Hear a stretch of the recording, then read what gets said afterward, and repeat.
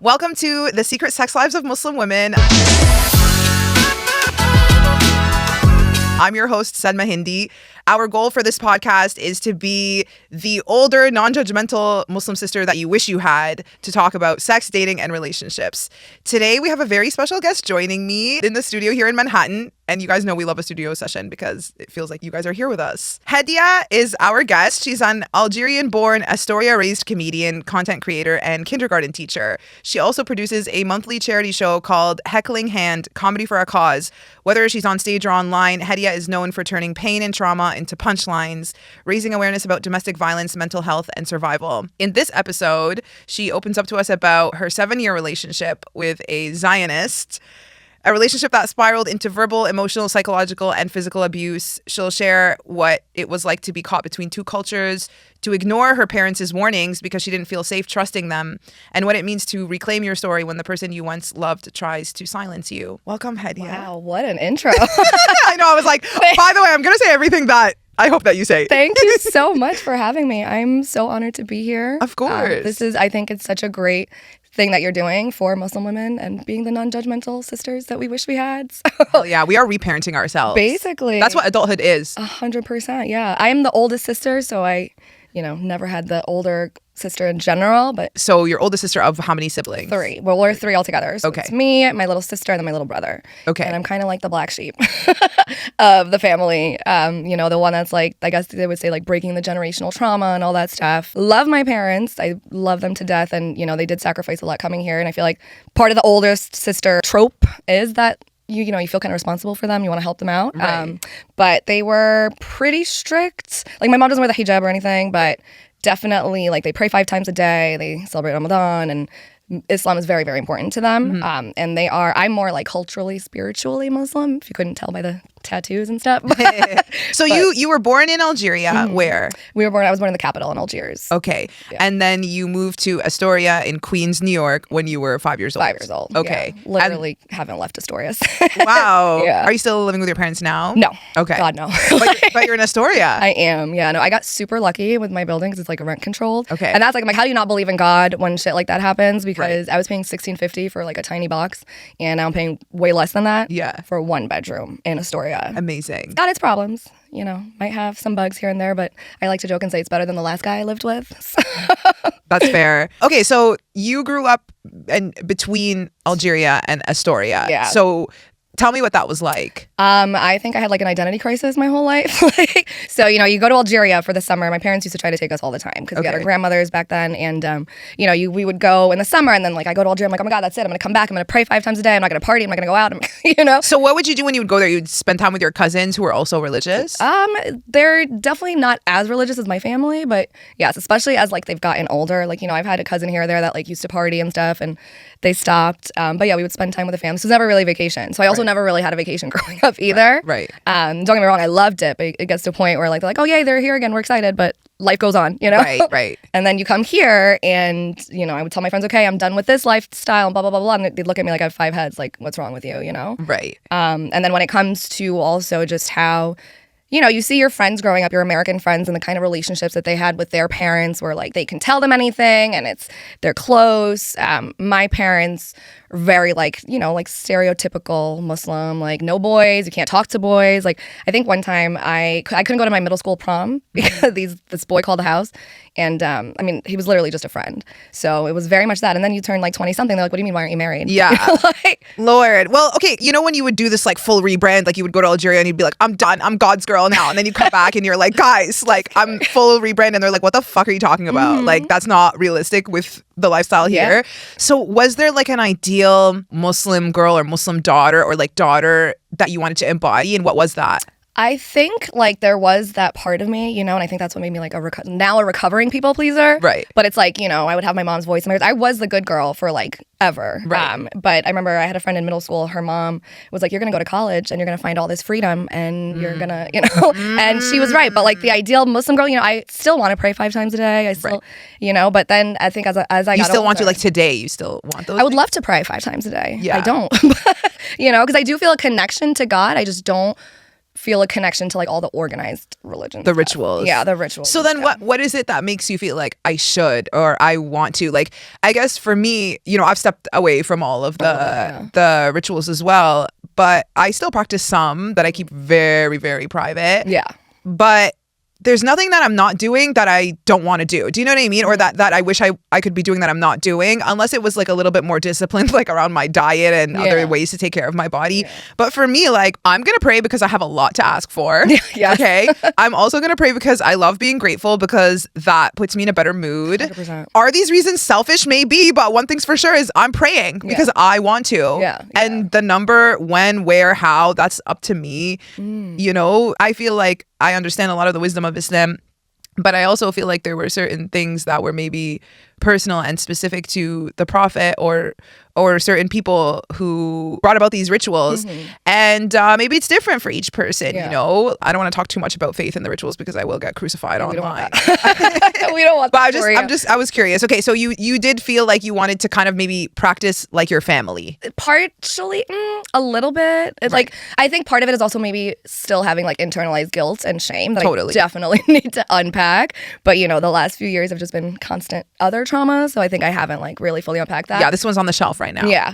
But you know, I do, like, I believe in God and I do feel grateful. You know, that's something where like I used to be such a negative person, and I think practicing gratitude, like you said, that's been something really big that's helped me. And it's like I've been through so fucking much and it doesn't stop, but like somehow it hasn't been life destroying, knock on wood, yet, because I do have an active defamation case against me for $1 million. And we will get into that. We will get into that, folks. But, you know, I feel really grateful for God. Like I said, the apartment is like a big one, you know, and I think I grew up with my family. And this is how you know you live in New York City. We're like, but the apartment though. Yeah, I'm like, God loves me. He gave me that cheap ass apartment, okay? Like, but I grew up with my mom. I mean, she still does this, making me feel guilty or like that fear or like that, oh, well, your life is a shit show because you're not, because you're falling short. Right, because you're not pleasing God. That's 100%. Still a theme in my life, unfortunately. That was also my experience with my mother. Yeah. She would like barge into my room or the bathroom or something and be like, why are you not married? Like, why is there not a lineup outside of the door of suitors here to come ask for your hand? Like, I don't get it. And then she would like insinuate, like, you must be doing, no, she straight up said to me, you must be doing something haram in secret that is preventing your blessings from coming to the door. And were you even at the time? No, I was like, what are you insinuating? Like, I think she was insinuating that I was like watching porn or something in secret. And I'm like, what are you talking about? Like, I hadn't even touched my, like, nothing. Right. And like hearing that as a young girl who really was doing everything right, everything. Like, I was also A++ student in school. Like, oh my God, I would like be so hard on myself if I got like a 97% on the math test, you know? One time I like faked a signature of my mom's because I got like 80%. I thought I was gonna like get murdered, basically. Yeah. No, I think I did the same thing once. I remember my dad's signature was easier than my mom's. But for grades and things, and it sucks. Like, they raise us in this environment of fear, and I think that's so unhealthy, and it's fear so and shame, right? Because it's like, if something that you wanted doesn't come to you, then you're like, I am inherently unworthy of this, or I did something to fuck it up. I take that energy into breakups all the time. Whenever I go through a breakup, I go through this intense period after that lasts forever where I self-blame. I'm like, everything's my fault. Yep. I did it. It was me. I asked for too much. I played my cards wrong. Whatever. Because when I self-blame, number one, it fits like the narrative that my mom instilled in me. And number two, it gives me the illusion of control. Like, if I fucked it up, then I can fix it. And it's just like delaying my acceptance of the breakup. That is so true. Yeah, I remember in therapy, like, we were unpacking like that feeling of not being worthy and not good enough, and how it definitely stems from childhood. And it's like, sorry, mom, love you, but like, you know, it's like no matter what you do, it's never enough. And I do think that carries over to relationships. And like, no, like, I just think about the guys I've dated, even not just the shitty long relationship, but there was always that like wanting to fix them, or you know, not feeling worthy enough, or like settling. You know, like my last relationship, you know, everybody else was in relationships, and so like I wanted to be in a relationship, and I feel like we wind up a lot of times in relationships where like we're recreating the dynamics that we saw with our families or that we experience within our families. You know? Totally. So tell me about what with your mom. I maybe told my mom about the guys I liked or crushes until maybe I was 10, and then I just like learned really quickly, like, she's not a safe gal. No. I'm just not going to tell her anything. Right? I swear it's like we had the same life. Like, but what happened with you? Oh my gosh, it was John Lopez, and he might see this, but like, he follows me on Instagram. Shout out John Lopez. Hey, I was a very boy crazy girl, very boy crazy. I think it has to do with trauma that I don't even speak about publicly yet. But you know, I guess there were rumors brewing around the volleyball team or whatever, because she used to coach the younger ones, that I had a crush on someone. And so she's like, oh, so your mom was coaching volleyball? Yeah. Oh, she was involved in the school. Oh my God. Okay, Yeah. yeah. It's like we had the same life. Yeah. My mom was my principal. That's right. That's so wild. Yeah. Well, she was, this was like, I played for a Christian youth organization. It was like outside of school, but she was involved in that. And John Lopez, I don't remember how he was involved in volleyball, but I think maybe there was somebody I went to middle school with. Like, they all knew him, whatever.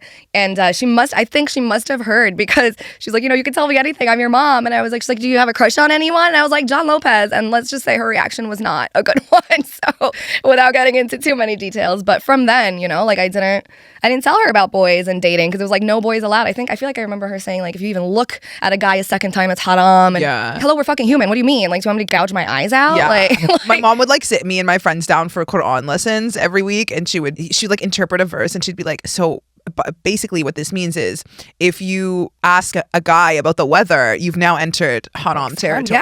Yeah, because now you're just like bantering, like you're now just talking, wasting your time. Right. And I was like, where does it say that? She literally does it say that? No, the interpretation was so extreme and intense. You knew very early, like, you can't tell your mom. Yeah. So then how did that inform your dating decisions? So I dated an Algerian that's like in Algeria. We were in long distance relationship. Okay. And we would see each other in the summer, but I'll never forget, like, I think I like wrote it down on a Post-it to tell my mom that I was dating someone. And like, it was, she came on board eventually, but it was almost like no one's good enough for her daughter. So good enough always comes up as a theme, which is ironic, because it's like they make you feel not good enough, but then they want the best for you. Yeah. But then, I think it made me a little like vengeful almost. So, like later in life, she was really great with my ex Algerian one eventually, like she would sneak us around in the airport to say bye. Oh, okay. So then why did you guys break up?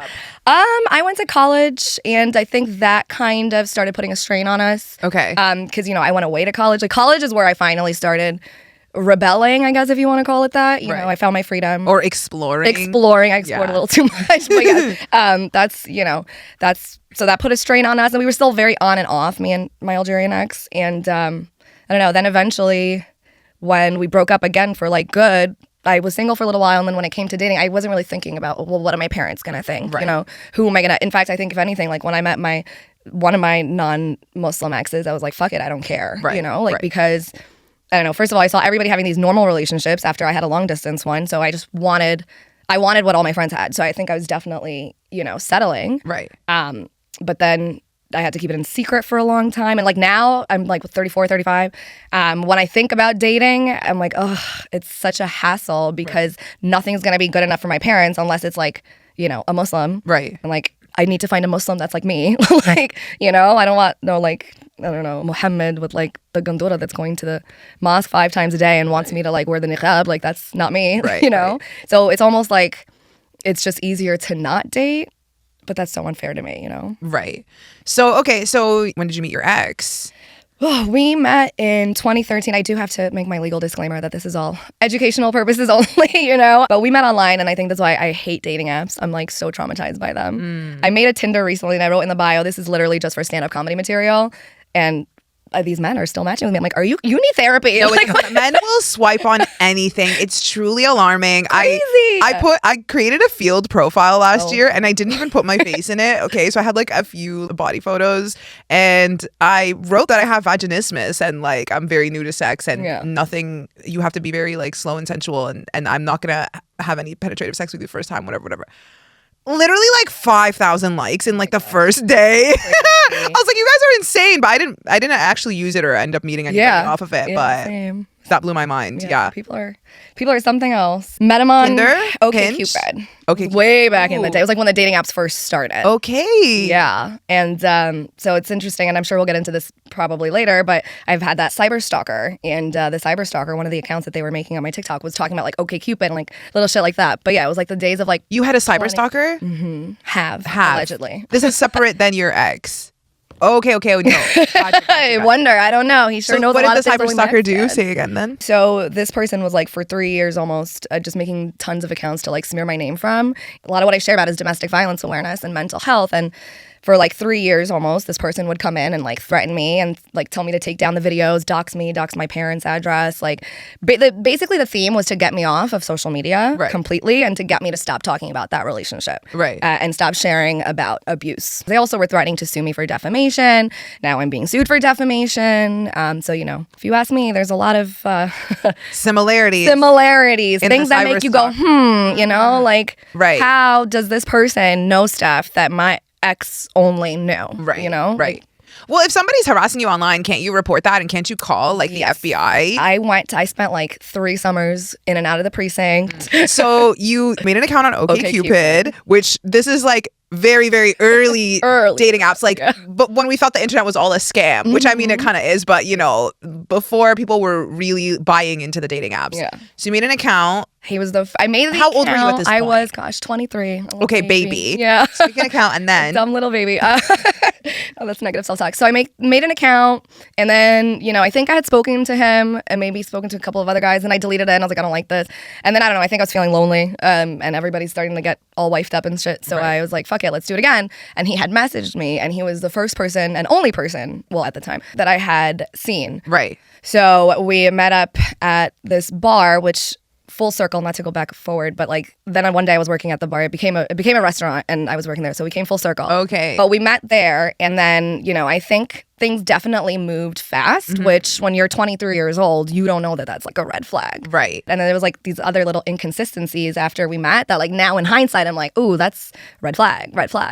Like what? Like we went out and then he wanted to go out like all weekend. I think I saw him multiple times that weekend. And then it was like radio silence for like a couple of weeks. And then he came back and, you know, we hung out again.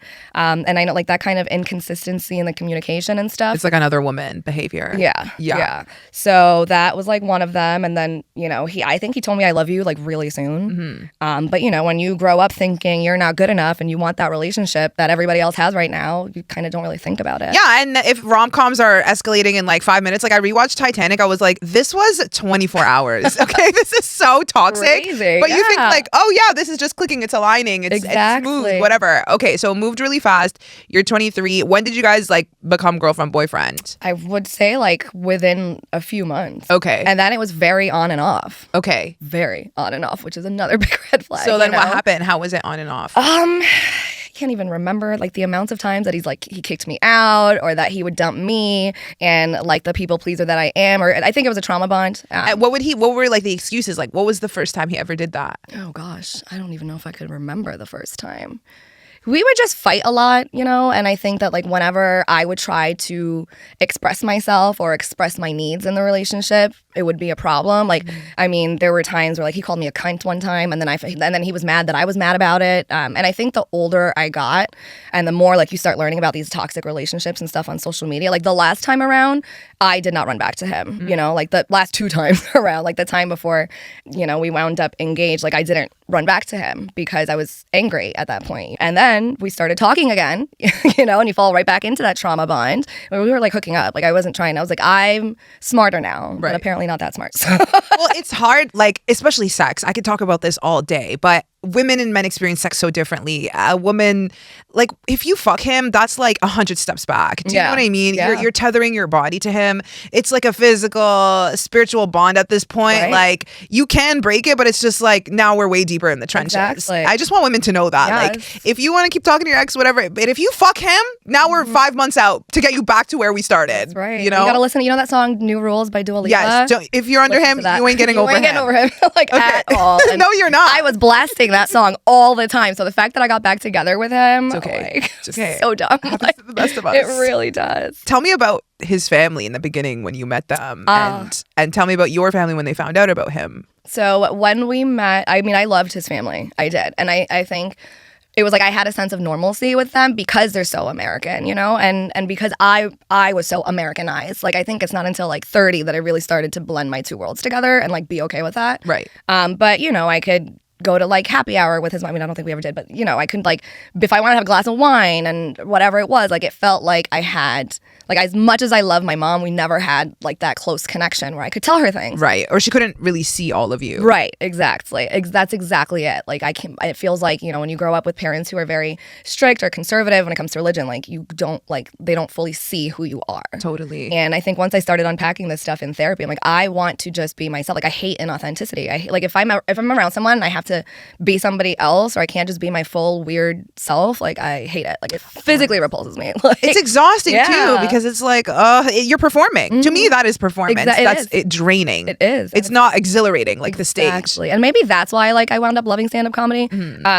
But like performing and masking, all that, like for your personal life, like it sucks. And I did that for like 30 years. Like I used to go home and like it's the middle of hot summer and I'm wearing like a long sleeve shirt to hide my tattoos and stuff, out of respect for them, but also because, you know, I was scared of their reaction and stuff. So then when it came to his family, I was like, oh, I can have my tattoos, I can do whatever, and they still accept me and like love me for who I am. But I think that I was too American. There was that one time where we went out to dinner for my birthday, and it was like the Paris terrorist attacks had happened. I don't remember when that was, maybe 2016 or something, I don't know, but it was around November, and we were all sitting at the dinner table, and his stepdad was like, it's because something along the lines of because they're letting all those fucking Muslims in.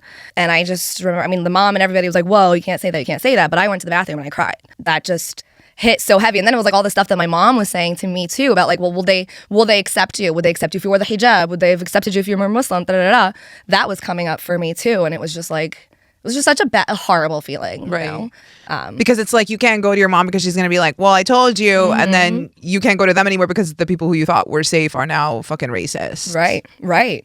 Yeah. And then like when Trump won too, I think we were both really sad, and his mom said something about how it's only that he was Muslimized. So there were like little red flags that I didn't. She said that about her son, that he was Muslimized? That he was Muslimized. Because he was upset that Trump won. Yeah, something like that. Yeah, we called, and you know, we were disappointed because I think they voted for him. So yeah, that was also jarring. So his family are Trump supporters? I think so. Yeah. I think so. Well, now I say I dodged a bullet because I mean, with everything going on in Palestine, I definitely, and again, that's why I love God. I'm like, I used to pray to God. I'm like, if this man is not the man for me, get him out of my life. Right. And he did, mostly. Right. Oh my God. Physically, at least, you know? Right. Okay, so talk to me a little bit about the relationship, because you guys were together for, you said 7 years, and you guys were on and off a lot. Yeah. When did it get to a point where you're like, holy shit, like, how did I get here? During the pandemic, like a lot of people. Sorry, mom and dad, everybody knows I lived with him, but we lived together during the lockdown, and he like got physical, and it wasn't the first time, but you know, your trauma brain blocks that out. But during the lockdown, he like got like the most physical with me, and he like pushed me and like tried to drag me out of the kitchen, and was yelling at me to get out of his apartment, and you know, that was like, holy shit, what's going on? And then there's just so much tension. 2 days after that, and this is where the trauma bond is crazy, I baked him a lasagna and a 2-tier chocolate cake. But that was like, what was going on in your head? Like, do you remember? Yes. So he kicked you out. Do you remember like when you left, like how were you feeling? And yeah, what made you be like, okay, I'm going to cook this? Oh, he tried to kick me out. He didn't. He did lock me out on the balcony that night, and I didn't always call the cops. I mean, it's a lot easier. That night? Like the whole night? No, not the whole night, but he like locked me out when I don't remember how we went from me being on the floor to me like chain smoking cigarettes on my balcony and talking to my best friend. But then he locked me out for a little bit. Yeah. And it was like pretty cold. I think it was like March or April. How did he do it? Like you were out there already, and then he I think so. You? Yeah. And then you were like, hello, like, and which like, if anybody knows about abuse, like removing you from a space or like not letting you have access, that's physical abuse. Like even if somebody never puts his hands on you, but like say it's like your bedroom, they don't let you in, which also had happened, you know, that is a form of physical abuse. But I remember thinking, what does he say, Hedya, when he's doing these things? Like, is he like, this is so you can reflect, or till you apologize? Like, what the fuck like is going on? Volatile and angry. Yeah. I mean, I feel like my brain, there's so your much brain has blocked it all out. Yeah. It's clear. Yeah, like so much brain. Because I'm like, wait, I need to see the camera footage. It's like just screaming at me. He had like anger issues. Yeah, I don't remember what he would say. I specifically remember him telling me, get the fuck out of my house. Right. Like that time that he physically tried to drag me. But when it came to like what I was thinking, I was too scared to call the cops. And I was like really trauma bonded to this man. I thought it was just like a moment that he had. And I remember chalking it up to like trauma. And I'm like, oh, he's got childhood trauma. Right. And it's the pandemic, it's the lockdown, which is also collective trauma, you know, because we're all isolated. related. So I was like, no, he just snapped. Right. And I think when I did make the lasagna and the chocolate cake, I think he was saying to me like, oh, I hope you didn't do that for me. I don't deserve it. So like then there were those moments like that, which like gets in your head because you're like, oh my God, they do feel badly for what they did. And, you know, and that's not the case. Like I remember one time when we were breaking up officially, the last time, which was we called off our wedding, and he never came home, which I say is the best thing he ever did for me. He was supposed to go to his mom's, get some space, come back, and then we were going to decide together. But, you know, we called off the wedding while he was still at his mom's. He didn't, when I signed a lease, that's when he told my best friend, like, oh, I should have come home. So, you know, that was another moment where it felt like he saw remorse. But I remember when we were officially like breaking up the last time, he said to me, I put my hands on you. Because I was still trying to, mind you, I was leaving my apartment. I was moving into a new one. It was chaotic and hard, but something was still pulling me towards him. And again, I think that's a trauma bond.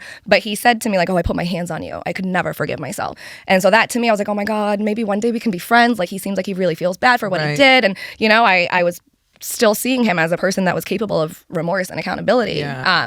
But then when he sued me for the dog after we broke up, this is where I was like, whoa, and starting to like really see. He told the clerk, like he denied that, and I'm paraphrasing obviously because I don't fully remember, but he like denied, basically he was saying that he always gave me a really great relationship, and that's when I was like, what? Like you literally said to me something along the lines of how you wish you put your hands on me, now you're denying it. And it's like I started learning about gaslighting and all that, and that's when I was like, oh no, this is insane. Like it's so crazy. I started listening to this podcast called The Slum Flower. I really recommend that you check it out. She's this Nigerian woman in the UK, in London, and she, the way she talks about men and dating, it's like everything you don't want to believe is true, but it is true. Yeah. And she's just yelling at us in every episode, which really we need. No, I'm not even joking. Our moms didn't teach us. Yeah, our moms didn't. Our moms are also from a completely different generation, and they had shit lives. So no offense, I don't want their lives, but basically, she says, if we all universally have agreed, every single woman has agreed on the fact that we are more emotionally intelligent than men. Yes, because we've been trained and kind of forced into roles that force us. The nurturer, the reflector, the whatever, the responsible one, the caretaker, the people pleaser. So we can all agree that we are more emotionally intelligent than men, our counterparts who are the same age as us. Right. So then how are we allowing them to emotionally manipulate us? I know. This is the question. I know. And it's because we still have our daddy issues, because we still truly don't fully feel like we're worth what we want. We don't have our standards and boundaries high. We're not holding men accountable. We're not rejecting them enough. We're not leaving at the first fucking red flag. Yep. So men adapt. Men know how to get around through the path of least resistance. So true. And with abuse, honestly, it is evolving. The tactics, the frequency, the intermittent rewards. Like that's what it is. It's like a reward system. You're chasing that high of like when they were good to you. Exactly. It's like a lotto machine at the casino, right? Like you take a lot of losses, but then you get like one good reward, but it's like not what you really want. You're playing for jackpot, and this just keeps happening. I have a friend who's actively in a very, very abusive relationship with a man right now. And it's exactly what you're describing. Like, he will be so fucking awful to her. She'll be like, don't talk to this woman or don't whatever because I feel especially insecure. He'll literally go and like do a photo shoot with that woman or some shit. Like he's a photographer to like on purpose. To triangulate, to make her feel insecure, whatever. Every time she travels, he does some shit to ruin her vacation. Like he'll go to the strip club with his friends. So then now she's fully focused on this. She's not where she is physically. And then he'll have moments of reflection or apology where he'll come back and he'll be like, I'm so sorry that I treated you that way. Like I'm so awful, and I know exactly what I was doing. And then other times where he'll be like, you're the crazy one. You always find fights. Like, you always make me crazy or whatever. The blame is so real. Every time I see her, he said to her, I've been trying to leave you for 4 years and you're still here. You have no dignity. Oh my God. And then recently he like actually got physical with her. Like he threw like water on her face and all these other things. And I said to her, he's dead to me. Yeah. Tell me how she calls me yesterday, like on mushrooms, and he's in the car on fucking speakerphone talking to me. Fuck. Like, what do I do? Like, he's truly dead to me. Like, I blocked him off everywhere. We were on a show together, sorry to say. He's a comedian. That's a generous fucking term. You're a piece of shit. Yeah, he knows exactly that I'm talking about him. But like, I just fucking ignored him, dude. I don't care. I told her the second he laid his hand on you, I'm done with him. Yeah. I don't care if you go back. I'm fucking done with him. Yeah. But it's so crazy. Like, it's really insane. You know, like you can't explain it. I mean, it sucks for her because like abuse just gets worse. It gets worse. It just gets worse. We got to the bottom of it. Like her and I, where I was like, you're afraid of really launching into your goals and your dreams. You're holding on to him as a distraction. He's like a weight pulling you down. The second you drop him, you're going to fly. I think she's afraid of flying. I think so. And also the reason why she has recreated her childhood abuse through this man is so dark and heavy. I've been through hell, and I'm looking at her shit, and I'm like, I honestly can't say that I would be able to handle this. Wow. So it's tough, but as a friend, I don't know what to do other than wait for her whenever she hits me up. Like, I'm like her little fucking puppy. I'll come running. I have hope forever. I'm glad she has you, because that's like a thing, is like, you know, your friends get sick of hearing this, and I get it.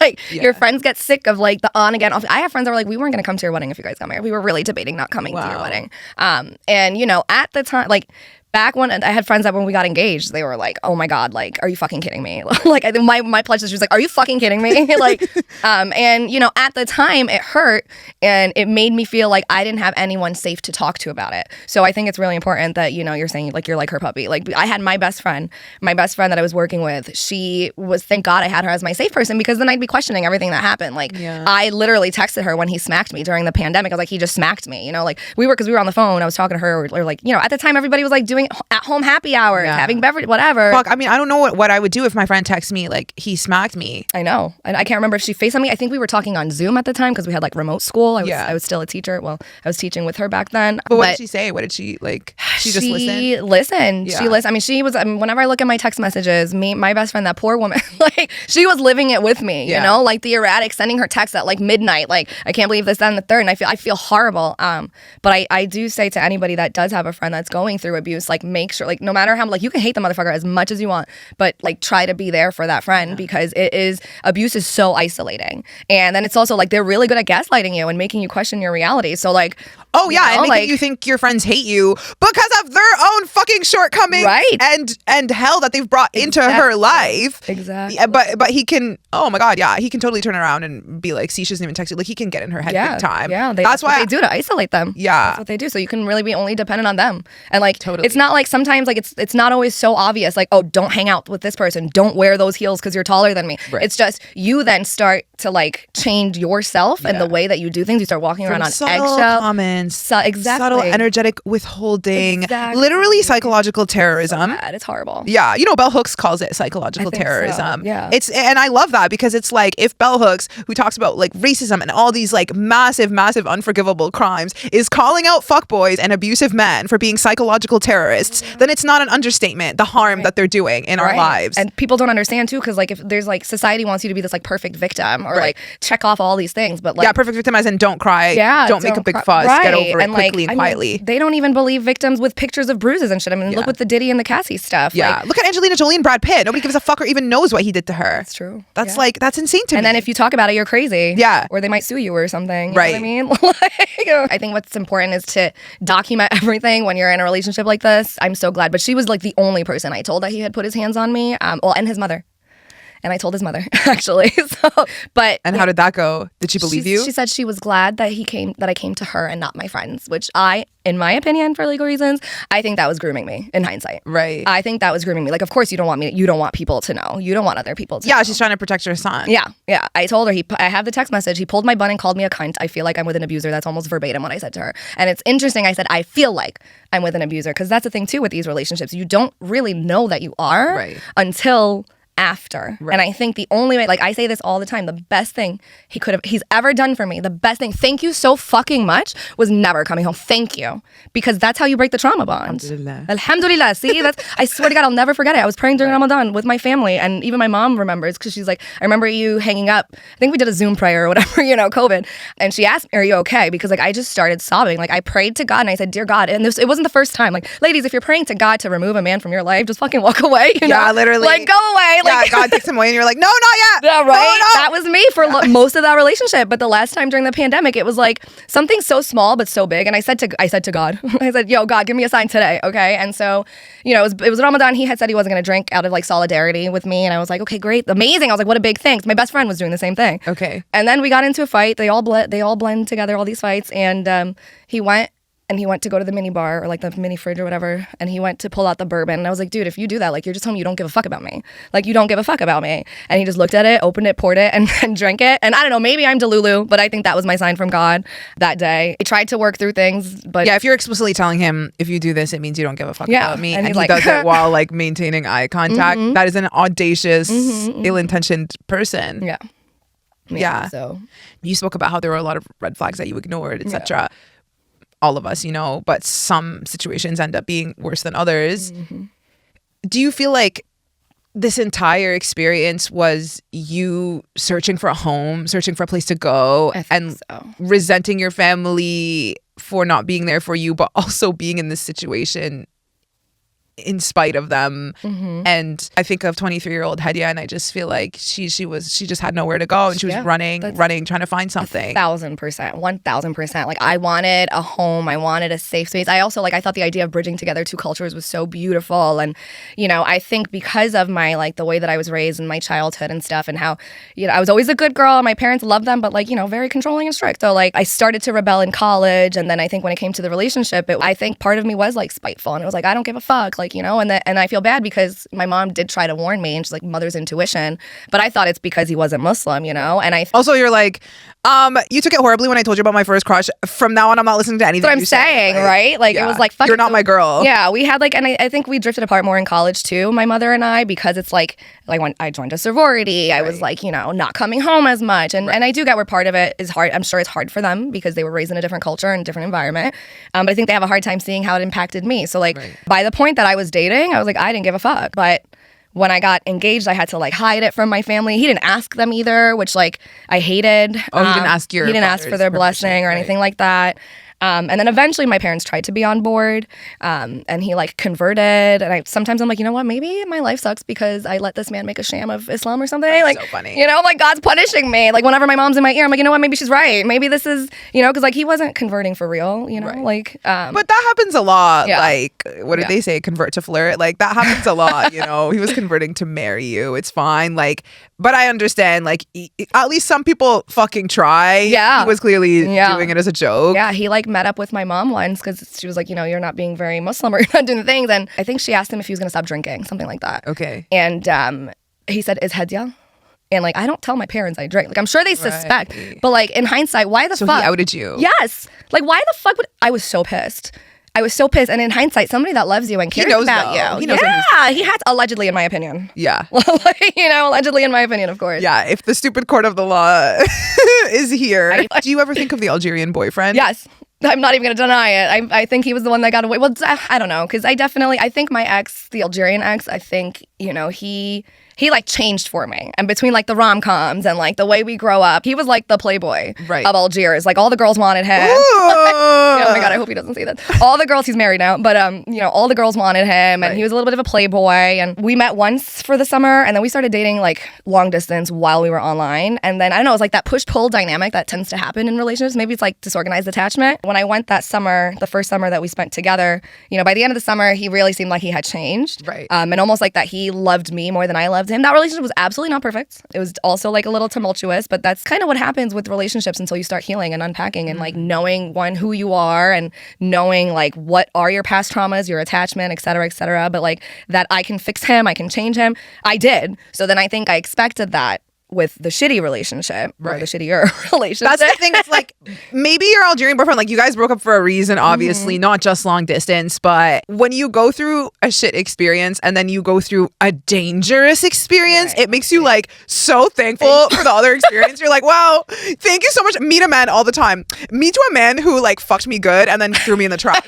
I'm like, thank you so much for not killing me when you had the opportunity. Right? Because you literally could have killed me. The bar is so low. The bar is literally like fucking hell. Like, thank you for not murdering me. It's insane. Or like, you know, I get a lot of shitty like comments from guys. I'm like they've sexualized the crap out of me without my consent. And then I find myself saying thank you to the guys that are respectful. I'm like, oh my God, thank you so much for not calling me a cunt. Thank you for not talking about my boobs. Thank you for catcalling me. At least it was a positive cat call.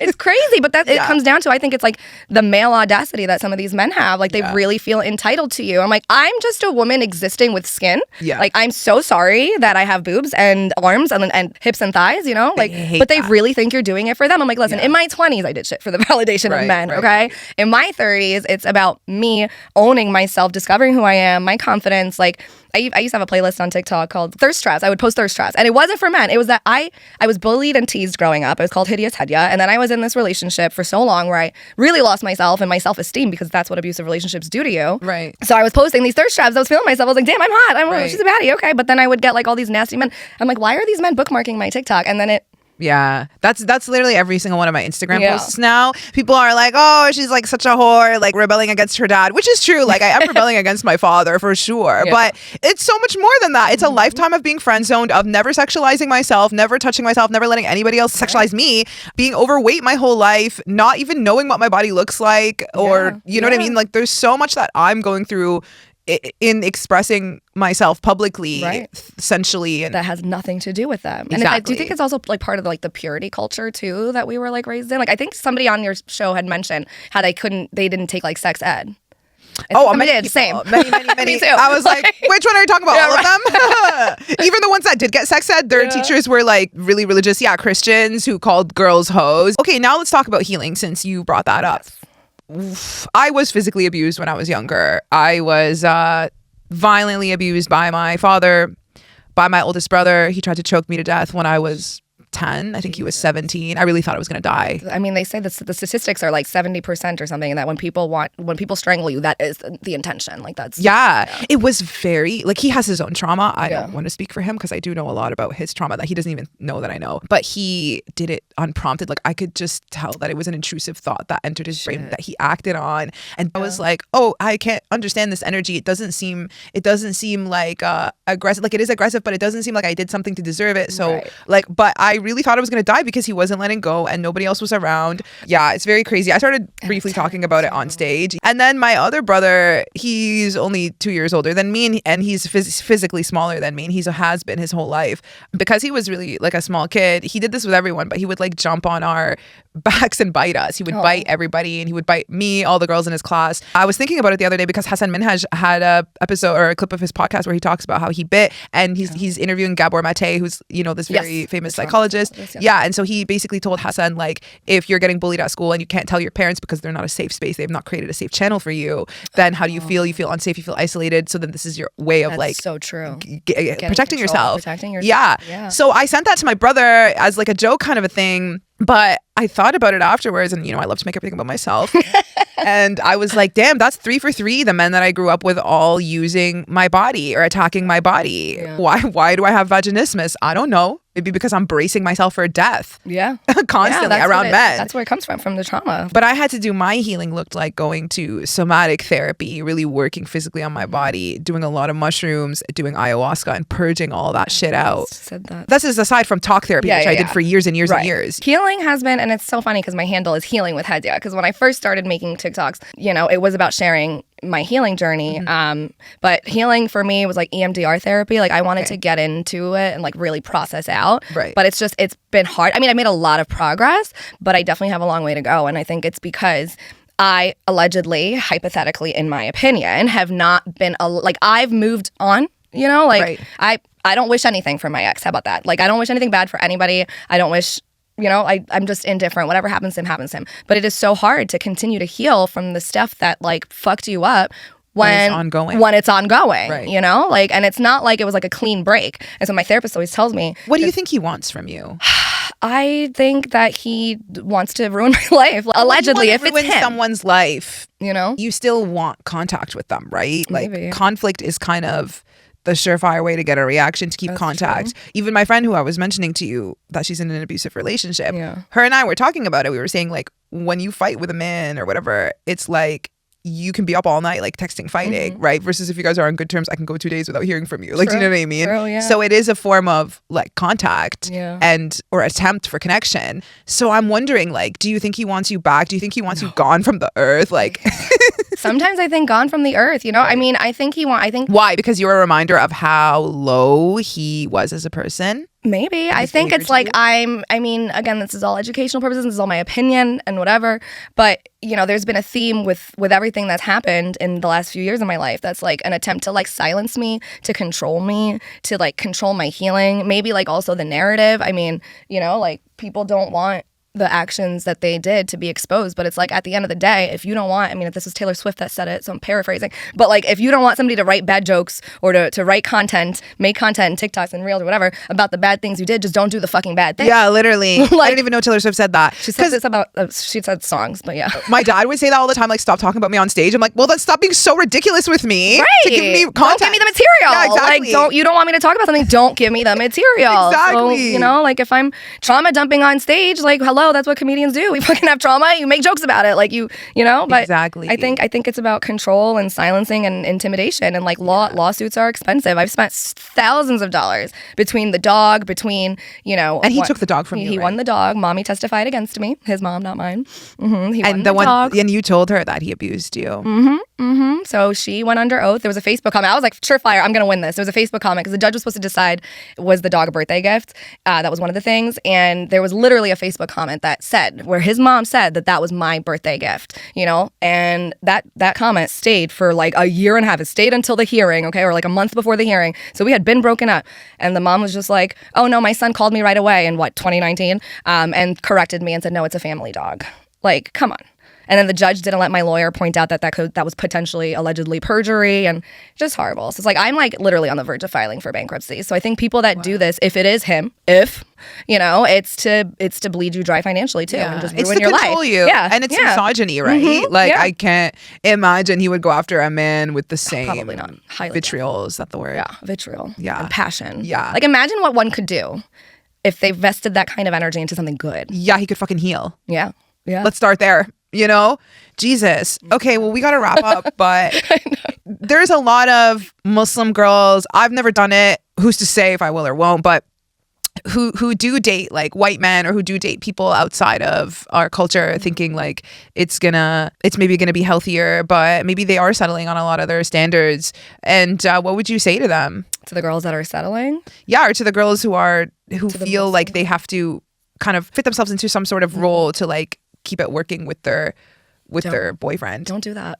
Don't, you know, like, if I could say anything to me in my 20s that I would hope that I want younger women to see when they see like my TikToks and stuff, it's like, put your energy on yourself, you know, and like really find out who you are and love and know who you are. And what I don't mean like, oh, I love myself, I'm perfect, but I mean like, even like your trauma, your attachment, your like, you know, all of you, like, you have to love and accept yourself with your flaws and everything, you know. And that's not to say like make an excuse, like be a dick, don't, but like you really have to truly know and love yourself. And when you truly know and love yourself and who you are, no one can really truly hurt you, I think. And I think it's so much better to like be who you are and love who you are and be alone, have the right people find you, as opposed to these like unhealthy ones because you're trying to fit some sort of like a role or an idea of what your life should look like or be like, you know? Yeah. And choose yourself. Yes. Yeah. Be selfish. Men are already like inclined to choose themselves and to be selfish, and we got to do more of that because we're on the other end of the spectrum. And listen to Slumflower. I gotta do that. You gotta do that. On the way home. Okay, well, thank you so much for listening to this episode of The Secret Sex Lives of Muslim Women. If Hedya's story resonated with you, and if you want to come on and tell your own story anonymously or publicly, please reach out to us at thesecretsexlivesofmuslimwomen@gmail.com. Please take a moment to rate and review the podcast on Spotify or Apple, and follow us on YouTube, Instagram, and TikTok.